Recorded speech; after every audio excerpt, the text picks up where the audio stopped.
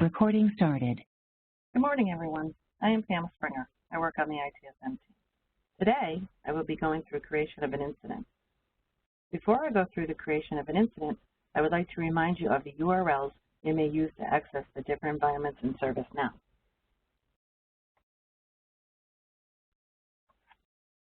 To get to the training environment, go to the URL under Training. The training environment is used by ITSM staff for training purposes.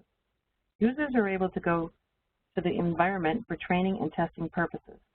You may log on to the training environment using the following user accounts: ITSM SR request to submit an incident. The password is password1 with a capital P. To get to the QA environment, go to the URL under QA. In the QA environment, users can log in with their ny.gov ID and enter test tickets. The system is set up to email customers when tickets are open. However, the email notification is not turned on in QA, which means when tickets are submitted in this environment, the notification will not be sent out. The QA environment will give the users the ability to become familiar with the system. To get to the production environment, go to the URL under Production. This is where live production tickets will be entered and resolved. The email notification is turned on in this environment, which means when tickets are submitted, the notifications will be sent out.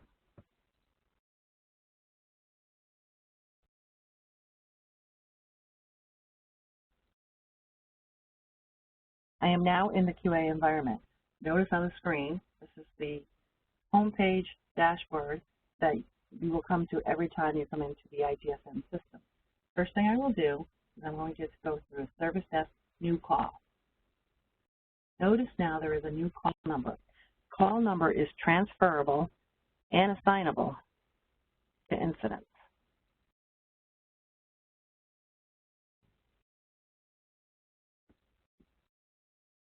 And I'll start filling in the ticket, and I'll notice that let's go ahead and put your caller name in here. If you do not know the caller name, go ahead to caller not found, type in the caller ID, name, email, and current contact information. If you do not know the ID, you can type in NA. I'm going to go ahead and put a caller in the ticket.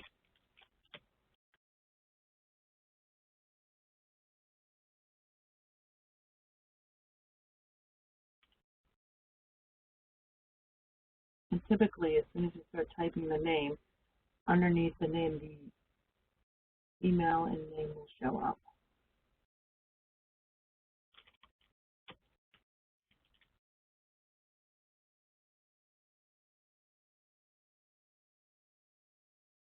Kelly's name, her phone number, and her location. Next, I'm going to hit the call type. Notice to the left of the call type, there is a red asterisk. This means this is a required field. You cannot submit the ticket until all required fields are filled in.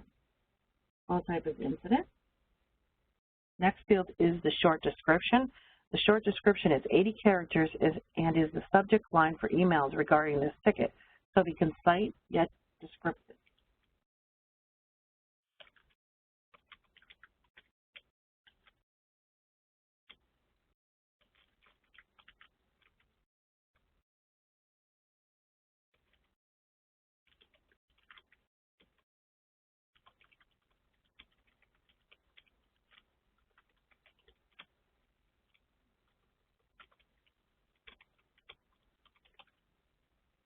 There now is a save and submit. Just so you know, save and submit do the same thing at this time. It'll bring you to the new ticket. Notice that the call is still there, the call number, and it's transferred to this incident number. My incident number now is INC0617186. So this is my incident for this ticket. I'm going to go through now, and I'm going to go ahead. Notice there is caller not found. Kelly's name is filled in here, her phone number. Notice that you can go ahead and you can put an alternate contact in the field. An alternate contact is if Kelly's going to be out of town or she's going to be working off-site, I'll be able to contact someone else to work on Kelly's equipment. The category and subcategory are mandatory fields. And these are the same ones that you use in your older system. So my category for this system is going to be email, and I'm going to say cannot access. The configuration item is a piece of software, a piece of hardware, the application, and notice that this is not required. You can go ahead and you can type with an asterisk and then the first letters of the word, and I can find email, or if I know the system application, I go ahead and type that in, and notice that nice now comes up. If I do not know the configuration item, I can click on the box that says CI not found, and I can go ahead and put the configuration name and description. An email will come to our team, and we will put this information into the system, and you no longer have to worry about it. KB reference is a knowledge article. We have different names for them. It could be knowledge article, KB article, KB reference. This is an article that is written on how to fix this application. Sometimes people have little stickies on their desk or little notepads or a notebook. You can go ahead and you can put this information in a knowledge article, and now you can go ahead and reference this. I'm going to go ahead and I'm going to search on short description. And notice I find some articles. Again, I'm in QA, but there is 1,607 articles. I'll put this article in here, and at this time, you'll be able to use this knowledge article to help you fix this problem. It'll go through and it'll tell you different contacts, different escalations, and things that you can do to help you fix the email issue. Notice the description is filled in. We're going to go ahead now up to state. Notice that there is several states, and we do have a document that follows with this video that will go through each of the states. But at this point, the ticket is new, and I'm going to keep it at new. Once we go through some of the other states, I will explain them to you. Suspend. Go ahead and click suspend if Kelly has called me and it's 5 o'clock on a Friday. She's not going to be able to work on this ticket until, say, the 31st. I can go ahead and say suspend this ticket to the 31st at 7:29. This is if Kelly is going to be out of town or working at a different location and Francis is still not available. You can just click this to have the ticket sit on the side, because if no one's working on the ticket, someone might, be asking, why has this ticket been in limbo for a while? Notice the service desk is pre-populated, so Francis's and Kelly's service desk is L1ES-ITS. Date it's open and who opened the ticket shows up here. The assignment group is a required field, and if you don't know the assignment group, you can go ahead and click on the magnifying glass, and you can go in and click on groups, filters, and you can click on your cluster. Once you click on your cluster, you'll be able to find the groups. For training purposes, I'm going to be using the ITSM training group. Assign to is done in the fulfiller section, and right now we're not the fulfiller, we're still assigning the ticket. The next list is group list. Group list is another set of groups. Originally, when the system was designed, it was only designed to have one assignment group. We had many agencies that said, well, we need to assign this ticket to many, either the network group, the server group, the workstation group. So we created another section for this information to be filled in. Go ahead and put the groups in that you need. You click on the X and that box will close down.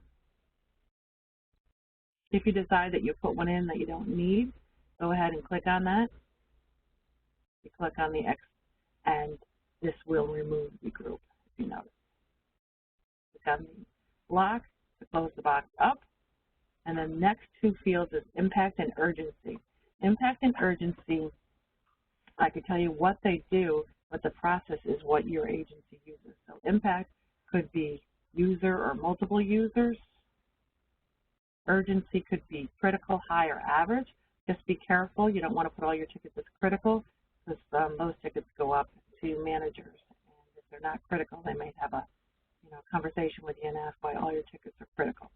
For training purposes, I'm going to put an enterprise-wide critical ticket in because I want to show you what the master ticket is. Master ticket that is the master ticket of the day. So say someone calls up and says email is down in Rochester, Syracuse, New York City. Kelly calls me up, says that this is down. I put a master ticket in. Now we might put something on our phone that says that email is down across the state.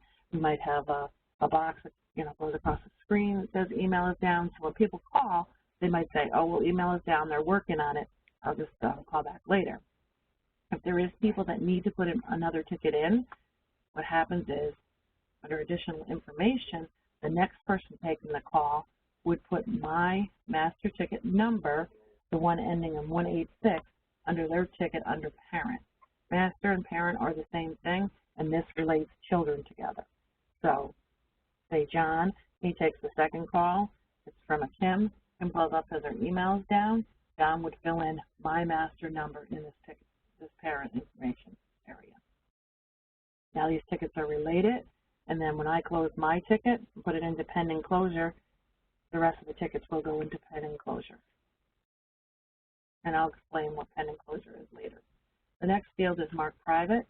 This is a box that's checked for pertinent sensitive information. At this time, we are waiting for a location for the sensitive information, so people are not putting that private information in the tickets as of yet. Agencies affected. Notice Office of Technology, that is the one that Kelly works for. You can go in, say I said email was down, and it does affect other agencies.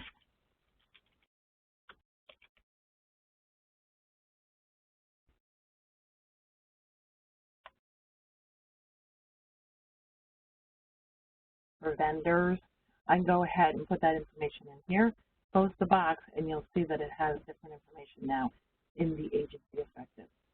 Watch list is if I wanted to add myself to this watch list, I can go ahead and click that there. Right now I am the person that took the call, so I am going to be able to work on the ticket, but this is if you're in later on, you can go ahead and add yourself to the watch list. You can also add other groups to this. Say you're in the network group and your manager is not in the ticket as of yet. You can go ahead and you can add additional information in here to watch the ticket. They'll be able to watch, they'll be able to get information, emails, and see what's going on in the ticket. The same with the work notes. People that go into the work notes group here will be able to see anytime work notes have been updated. Work notes is what you do internally to the ticket. So the users are not going to see this, just the people working on the ticket. So if you're someone that needs to see the additional work notes, they would go ahead and add you to this. The work notes are, say, you rebooted the computer, you changed the cables. More details on what I'm putting in, but if you go ahead and you hit save here, if you notice, under the activities, anything that you put in here shows up under the activities. So this is like a running notebook you have of all your information.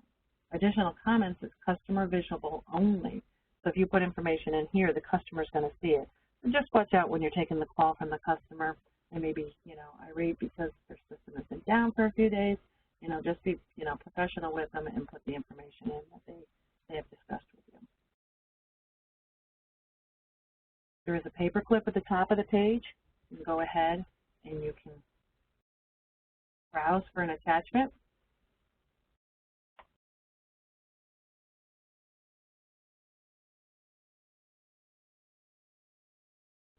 I want to put a guide in there. I'm going to attach that guide, and it's going to show up at the top of the page. You can go ahead and you can send an email out. Close this box. Send an email out to certain people. Even though emails are going out throughout the ticket, if you need more information from the customer, you go ahead and send an email out and attach a file here and send that email to them. Notice when I hit the Save button, I save the ticket and it stays here. Down below the activities is anything that happens. There's an email, will show you what an email looks like. Notice there's my subject, there's a system link. You can accept the ticket, reject it, there's a caller name, and any different information about the ticket. Notice once I put the assignment group in here, now the ticket is referred. So as being a caller, we are completely done with this ticket, and we can log out. But I just want to show you what update does. Update does is it saves the ticket and brings you out of the system and shows you what all your tickets are. So now I can log out of the system, and we are completely done with an incident ticket.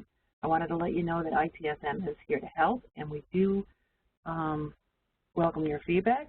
So just contact the email at the bottom of the page for information and concerns that you have.